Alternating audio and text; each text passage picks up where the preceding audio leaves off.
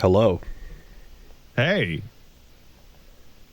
Am I supposed to be able to see you? You are supposed to be able to see me. Yeah, there you are. Hey, man, what's up? Not too much. Yeah. So, hey. Are you familiar? Let's get your terminology up to date. Are you familiar with the term nasty work? Yes, but probably not in the context you're describing. Okay. Because it's like outside of its euphemism, like that's also like a real understandable phrase. Okay, because when I say the Super Bowl was nasty work. Oh yeah, I can pick up on that. You can pick up on what that means. I think your context clues will do like 90%. They'll do the heavy lifting on that. Yeah. When you're putting the story to bed, when you're penning the final pages, and you decide without generally acknowledging or mentioning, one Aubrey Graham out loud, if you wear a chain that has a lowercase a on it, yeah, that's what we call nasty work. You hate to see it. It's an unpleasant sight to see, but it's secretly pleasant. But it's just ooh. There's a certain that's the definition. There's almost a romantic back and forth with the viewer for Kendrick Lamar's halftime performance, where multiple starts and stops. Will he? Won't they? Yeah.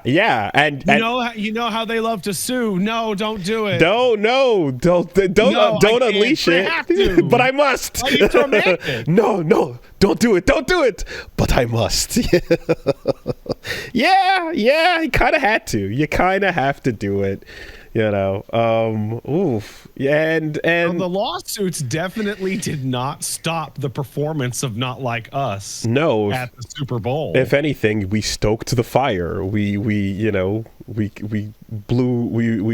poured oil on the flames, and and you can see how guilty he felt by that absolute fucking that shit-eating grin that he flashes. The first time he looks at the camera in the entire set, mid-stride, ding! You can see the Colgate flash. There's a pro wrestler level craft in consistently avoiding the handheld camera and the hard camera with your eyes for 10.5 minutes during a massive show, only to immediately snap and lock on. Yeah. For 1 second. And then also the music is everything is playing at its right boosted volume, but just for that one moment when it pans out for A minor, you can hear the crowd because we all know what to do. Yeah, it's that's you gotta just pen the conclusion sometimes, and I'm looking forward to never hearing Kendrick acknowledge Drake's existence ever again. That'll be the best part. When that halftime show was happening, I saw a lot of people describing, like, if I was Drake, suicide could never be enough. I mean, shit like that. Well, so I have to say that it's like, what's going on? Everyone is posting the memes about him like throwing the TV and freaking out or whatever. It's like, but wait, what's going on? Where is he actually? And it's like, he's sitting in his house, like grimacing. No. Mr. Graham is as far away as possible. He went to the other side of the planet. Oh, is that true? He's in Australia on tour. Oh. He booked a tour on the as far down under the ground as you can go. That's pretty funny. Apparently, he's got a new album coming out, which makes this timing just hilarious. Impeccable, really. And here's that's what I want. Yeah. Right before the new big thing. I want a worldwide audience laughing at me. And so while everyone is just like, oh my God, I can't believe this is happening, exactly as we knew, I can't watch, as you peek through your hands, I have to say, a little bit deep inside, I got a little bit of a messy bitch inside me, though, right? I got a little bit of that, like, Ooh, I want to see what's going on over on the Drizzy subreddit, though. Oh, do you? I want to go see what they're cooking. You know, like, let me just get in a whiff of the copium for a minute, because I've caught them before in these moments, and it's incredible. It's always premium. So I decided. Oh my God, is it actually the Drizzy subreddit? Oh my God. Yeah, you don't go to r/Drake. You go to r/Drizzy. And I needed to know. I'm like, let me see the fucking mess. What the fuck you all getting up to down here? And it is so much better than I hoped, because effectively what you have is like the people that were brought in to the genre by Drake are the diehards that will never leave his side, because to them Drake is hip hop and there's no difference between the two, right? And these are the ones who, to this end, are like, nah, ride or die no matter what. And, you know, it's like there's a level you hit at where you're just like, yeah, people are it takes a lot for anyone to truly acknowledge reality and walk away. For example, Kanye still has fans. Is dire. Yeah, it's insane, right?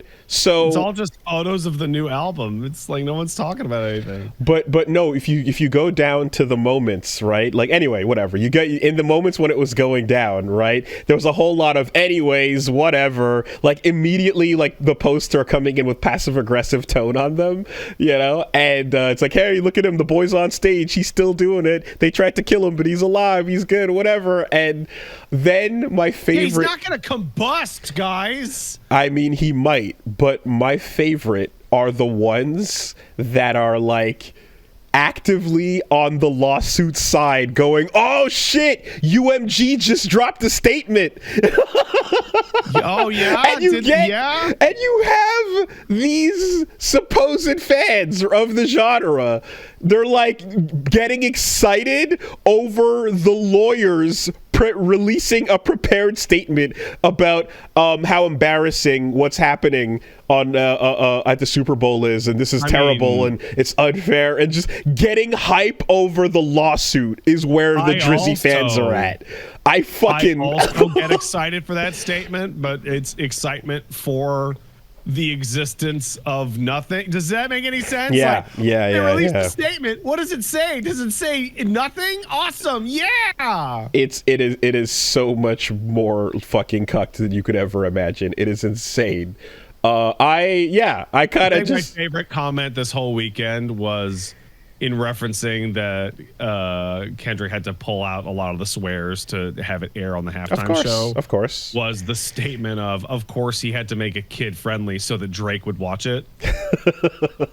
Like, I know. Oh, he's preparing his response track. It'll be debuting at the Kids' Choice Awards. I think that just, I think I have seen the meanest / funniest things I've ever seen in my entire life from some guy on a TikTok or a Reddit comment over this past year. Just genuine, amazing work is being done out there. Good bits, strong bits. I think I'm enjoying in particular because the thing about the Super Bowl is that like you're hitting like the widest possible spread for like North America, right? And that's where any story or anything that has not been mainstream, like Kendrick being one of the most influential artists and like basically being on top of the game at this point, winning all the awards, just now, none of that actually means that like at large America's gonna notice. Like you're but right? The Super Bowl is not just America, it's worldwide. Everybody watches a whole lot now. But Midwestern dad is not gonna catch wind of any of those things going on, or know what's happening. So when the response afterwards was some folks going, this was boring, I didn't know any of these songs, here we go, it's just another rap year or whatever. 5 years old. But what I'm seeing is they're like, that's what I said, and then my kids explained to me what the lyrics were and what was happening, and holy shit, this is nuts, right? So like the update to the bored dad post being, oh wait, what? That's what that means? I love that. I'm particularly enjoying this new, one of the stranger things that you refresh. see every year at the halftime show is older people going, I don't even know who this artist is. And it's like, if music was still following its correct trajectory, once you hit 50, none of the bands you like should have any living members anymore to perform anyway. So why would you ever complain that they're not at your show? Yeah, I mean, I think, well, you know, the different artists over the years, there's been well, I mean, there used to be just an old, like, Disney-ish halftime show legacy, and then for a while it was kind of like, hey, the general audience of people watching the game, these are the things you remember from your childhood, and then you fast forward another 30 years, and you're like, okay, what do people listen to? What's current? What's going on? And in some cases, it'll be like, what are people that are not watching the game going to tune into? Yeah. You know? Well, the biggest, hottest act of the current year. Sure, and so you can get that, or you can get The Weeknd stuck in a labyrinth. You know? Yeah, man, next year they should get Nirvana to fucking play for the Gen Xers. Oh, let's go. Right. Yeah. Fucking get them up there. Bring the jeans back and everything. No, but yeah, it was a nice set list. I particularly enjoyed starting on the GNX, you know, and then what was tricky too, that like just in terms of the music that he played, was like he just performed with all the hip hop goats the previous year. So to do another set list and not cover any of the tracks that he already did, right? So that he had to kind of avoid everything he already played, and so he did a pretty good job doing so. And I'm super glad that, like, well, one, you get the fucking Uncle Sam bit, right? You know, Sam Jackson leaning in, getting all that Django energy, you know. Yeah, I think at first I was like, oh, it's like a game of tic-tac-toe, and then I was like, oh no, wait, we're doing PlayStation controller. No, that is a PlayStation button shenanigan. Yeah, and the whole and you set all of that up to go like, yep, this is like life is like a video game, and also that on the closer you can have game over, where it's like he said in the preview, there's no retries. You know, Uncle Sam said -1 life, and it's like, yeah, this is done. Like any attempt, like it's not like the whispers of an attempt or the saddest shit ever, but now actually just hold it and yell at the judge. There's no firing back in any respectable way here at all. Your Honor, he was very mean to me. I really like the hilariousness and just the warmth in your chest that you get from all this. I have to say that it is a lot, but I started feeling like just a sense of, it didn't have to be this way. Why did it turn out like this? Like, it did. I just started feeling like if you had a modicum of self-awareness, this all could have been avoided. It was so avoidable. It always had to be this way. So me and Paige were talking about this exact thing yesterday, and we landed on the fact where we were describing it because we weren't big into any of these artists prior. I wouldn't say I'm big into any of them now, but I've been following Kendrick like since. And I pointed out that, you know, there was that other rapper that backed out of the beef J. Cole. very early. Wait, don't say anything. And like, he was really smart. And then me and Paige sat there realizing we couldn't remember his name. But we can't remember his name. Right. People that got in just like me, just to hate. Yeah. I don't even remember his name. I'm seeing now it's J. Cole. But like, mission accomplished. He exited the beef conversation entirely. Mission accomplished. He successfully got out of there, and now that name is forgotten. Yeah. No longer a Drake accomplice in the beginning of the beef. When you in the Wikipedia, the list of belligerents no longer includes one J. Cole. Oh man, yeah. And you know, I'm very good. Just enjoying life. That feeling of like winning the lottery, you know, when you just like, you're like, oh, I nailed it. Oh, that was a good call. Yeah, and I'm really happy too that, like, you know, after the teasing it, and then you finally get into Not Like Us, and fucking Serena Williams gets up and starts sea walking, and you're like, they got. So for the record, you know, tennis player fucking extraordinaire of our lifetimes, Serena Williams is Drake's ex. This is a situation in which someone like me saw, what's Serena Williams doing there? And then I had to be like, all right, Wikipedia, hit me. Oh, wow. Yeah. And if you want to just throw a little bit of extra stank on it, SZA, right?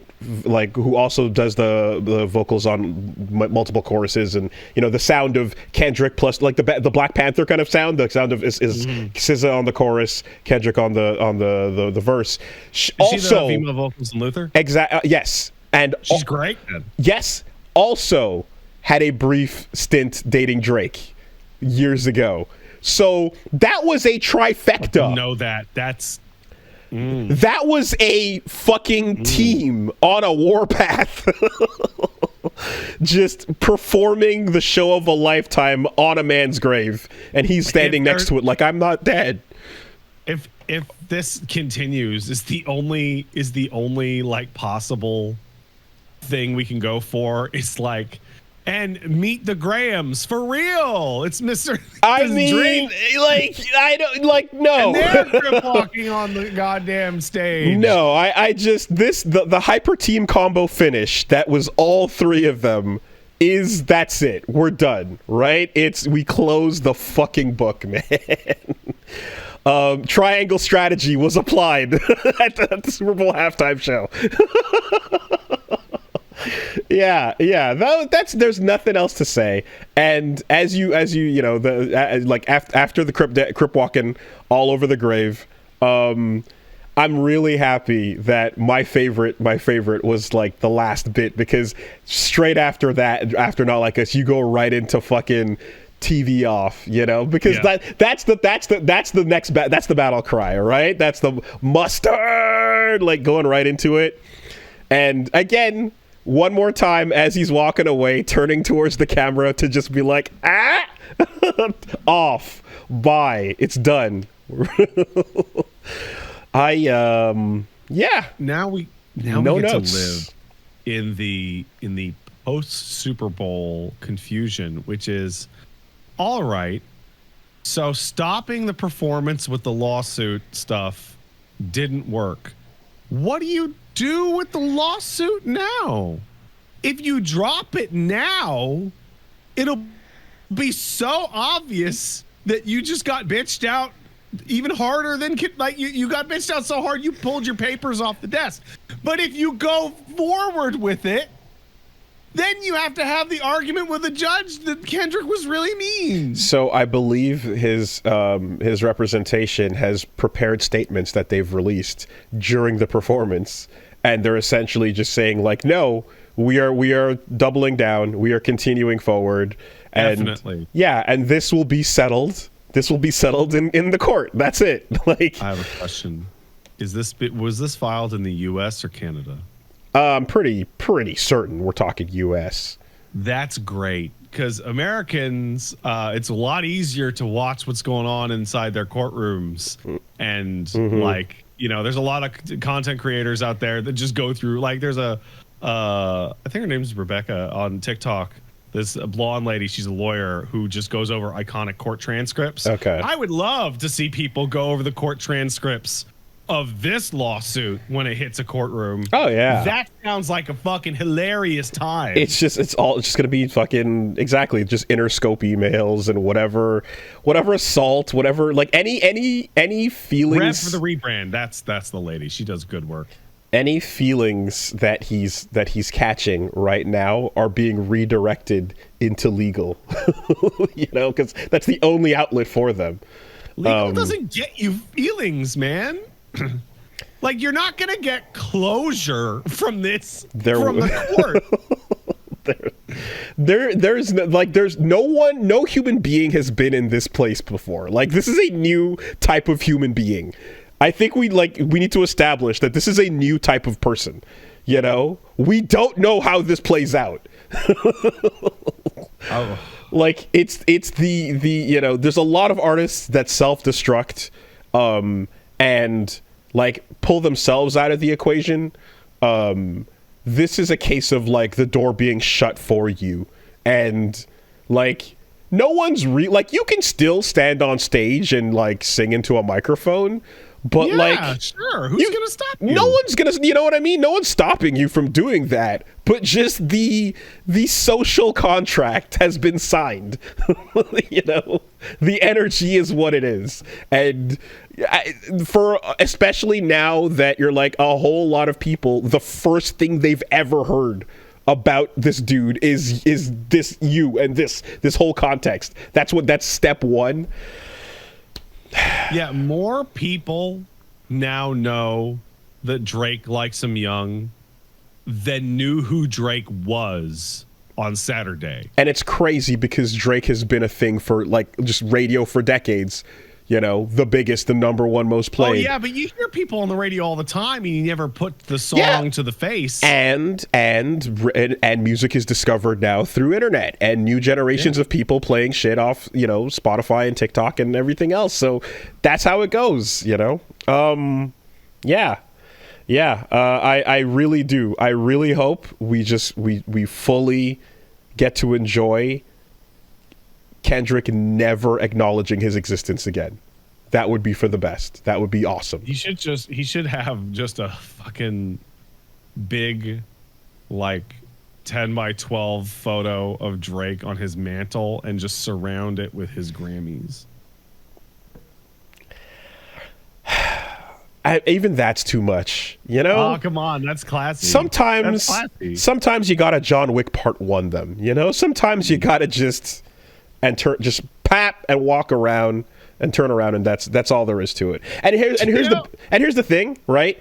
I think a genius move here is that the energy of this has been like successfully redirected into just screaming out Mustard, right?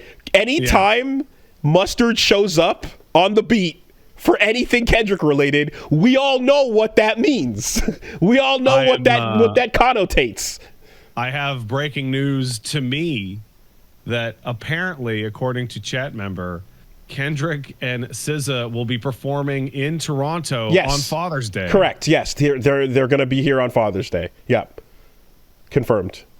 To those of you listening to the audio version, I am shaking my head, just going, Yeah, this was announced. I thought we touched on it before, but yep, just in case anybody, you know, because the tour is coming to Canada, so that'll be the deal. Oh, you know, that's it. That's it. But yeah, that, like, it's just, you put all that energy, on Mustard on the beat, you know.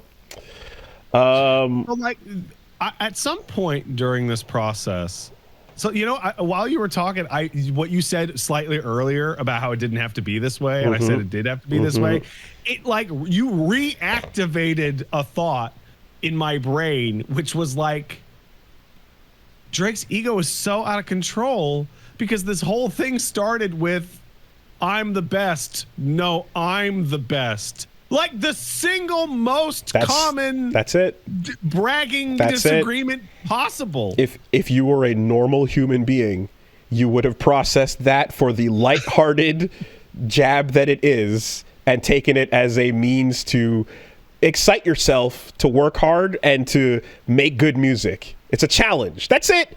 It is a lighthearted challenge to say, yo, bring your best, bring your A game, because I'm going to bring my A game. That's all. And you can't process that because you're insane. So here we are now. I won't do it. Oh, boy. Yeah, good stuff. Good times. It feels like good in my chest. Because, like, Kendrick's getting to be in one of those situations that everybody has at least one in their life in which some kerfuffle or disagreement or problem happens, and you, like, lock in and you walk outside yourself and you're like, oh, no, wait, I'm completely right. I'm not even being arrogant. Like, oh no, I'm just completely 100% in the right on this situation. Yeah, the assessment. I've been given the mandate of heaven to act how I will. No, that feeling that folks like I have had about Drake for years is being, it's cemented. It's like, yeah, you were correct to feel that way. In fact, what you checked out years ago because of this shit, you were right to do so. And then you just like, yeah. It's so warm and the angels fluttering through my lungs. So it's nice, you know? And did you know that a football game happened as well? I do know that a football game happened, and I do know that, how about that? Sometimes the Super Bowl is fun, and sometimes it's a one-sided, complete fucking debacle. There you go. Which is like god awful to watch. Go Birds. I think like getting to like I don't know what the deal with the way the NFL, because I don't know shit about American football or Canadian football for that matter, but I don't know about football. I don't know how the playoff situation reaches the Super Bowl. But like, I think it's fucking weird that I've heard like a couple of years of the past, decade, that it's a like complete one-sided fucking mismatch. Stomp fests. Yeah. Like, how does that happen? Well, AFC and NFC champ, like there's two divisions that like eventually the best teams in those two divisions kind of come together. But I mean, there's a whole intricate level of like cyber of tech and knowledge and everything around the game at this point that I don't know or understand or recognize. But yeah, curb stomp victories are basically becoming more and more common as data is becoming more and more exposed, is my understanding of these things. So what you're saying is that these football organizations are ruining the meta with their sweaty play. There's matchups and there's hard counters. There is a genuine argument to be made that like data-driven meta-analysis for competition does make competition worse. As far as a spectator, for the spectators, better. Yeah, but for like the spirit of the game, it makes it like worse overall. I just find it hilarious though to imagine the amount of like tech analysis and meta and all that stuff being applied to fucking grimy ass Philadelphia. Yeah, well, congratulations, Philly. Fly, Eagles, fly on the road to victory. They won their Super Bowl. The city greased up the polls in preparation to stop this. They said, "Don't." Yeah, the mayor came out and said, "Hey, everybody, listen. I know I get excited too, but don't climb the poles, don't climb the street lights. In fact, don't climb anything." What? And then I swear to God, because they trashed their own city. I mean, they did tens of dollars of damage. Listen, as a Montrealer, I cannot judge when sports fans wreck their own city. Oh yeah. No, I think it is not within my capacity to judge. We know a thing or two about that. But yeah, they kicked over some posts, they lit some shit on fire, and some horses were ridden down the road. Literally, fans jumped on horseback and were galloping as they were singing the Eagles song, You Americans are silly. Philly goes hard, man. Philly goes hard. Stop in all things. They can't stop. They won't stop. They've never been able to stop. That's why it's Philadelphia. Oh, Philly's where that hitchhiking robot got killed. Now that I remember, that's where the robot got killed. That's where Will had to leave because he got in one little fight and his mom got scared. Yeah, that's true. Yeah. That's where, Rocky climbed up those steps and, it was the whole thing. That's it, right? There's the, I forget, I think it's in Rocky Balboa where someone's talking to Rocky and he's sad and he just goes, "You mad about the statue?" And I then remembered that Philadelphia had a statue memorializing Rocky not a real person. Nope. And then they took it down. Never forget the Bill Burr 13-minute rant. Oh, that's right. When he goes up on stage and gets booed, right, at the ONA virus tour, and he goes, "Oh yeah, Philly, you're fucking shitting on me? I will stand here, dig my heels in 10 toes down, and shit on your fucking excuse for a city for the entire time, and I'm not leaving. He's like, you're fake, your hero is fake, that statue isn't real, your shit is garbage, fuck all of y'all." And he gets through like a giant list, and he's like, "We got 8 minutes left." Yeah, I remember. I've seen it. Yeah. It was incredible. It was legendary, you know? And everyone, like, they loved it. He won over Philly by shitting on them for fucking 13 minutes straight. Never forget. Stupid one bridge city. Do Canadians have a Super Bowl for hockey? Yeah, man. It's the playoffs. We got the cup. Well, we don't. Oh no. You know what? That's a really good question, actually, because Canadians don't have a Super Bowl for hockey because we don't leave it up to one game. We do a series, like NBA. Yeah. And then the Super Bowl becomes like the final game of the series. But everybody that gets to participate in the series in different cities gets the chance to like go nuts and enjoy a little bit in their own. It is kind of funny though, seeing like I saw like there's like a TikTok or something where they're like, "Oh yeah, like what do you think is bigger at this point, like the Super Bowl or like the rugby finals, world finals or whatever?" My god! And they're just like, "Oh yeah, I don't know, like 120 million viewers. I mean, it's insane. I don't know. At this point, it's got to be the biggest game. It's got to be the Super Bowl." And then two dudes in like soccer jerseys just hold up a paper with like the World Cup, and it's like 1 billion or 1.5 billion or some shit like People that. And you're like, kick the ball, and kick the ball doesn't give you the brain damage. You're like, a fraction, like a slice of planet Earth tunes in for the World Cup. What the fuck are we talking about? I mean, I don't watch the World Cup. It's boring as fuck, but like, it's just, everybody likes it. Planet Earth has decided on the sport. Yes, Planet Earth has decided on good old footy. It's done, And you know what? As a kid, as a small child, I was once a small child. You could always play soccer anywhere. That's the whole point. Under any circumstance. No matter how rich or poor. Yeah, you play street hockey? All right, let's fucking go. Let's find the only places available to play street hockey, which are in traffic. Well, first of all, even there's your first problem. Like, second, let's make sure play in a way where neighbors are cool with the idea of their car getting dented the fuck up every time a slap shot goes awry. Yeah, you need sticks. You need all the. Obviously, you get a wall, you get 2 rocks, you get a ball. Call it a day. So. Come on, guys. Nearly dying playing street hockey, like every time I ever played street hockey. It's a bad system. It's fucking terrible. Never really played it. It sucks. The experience of playing stick hockey in the street with the neighborhood kids fucking sucks. It's terrible. It is way better to just get a baseball bat and a baseball and just go fucking hit balls at the fucking, your local park. So I have wholesome memory association with the concept of seeing kids in the streets playing and having fun in the summer.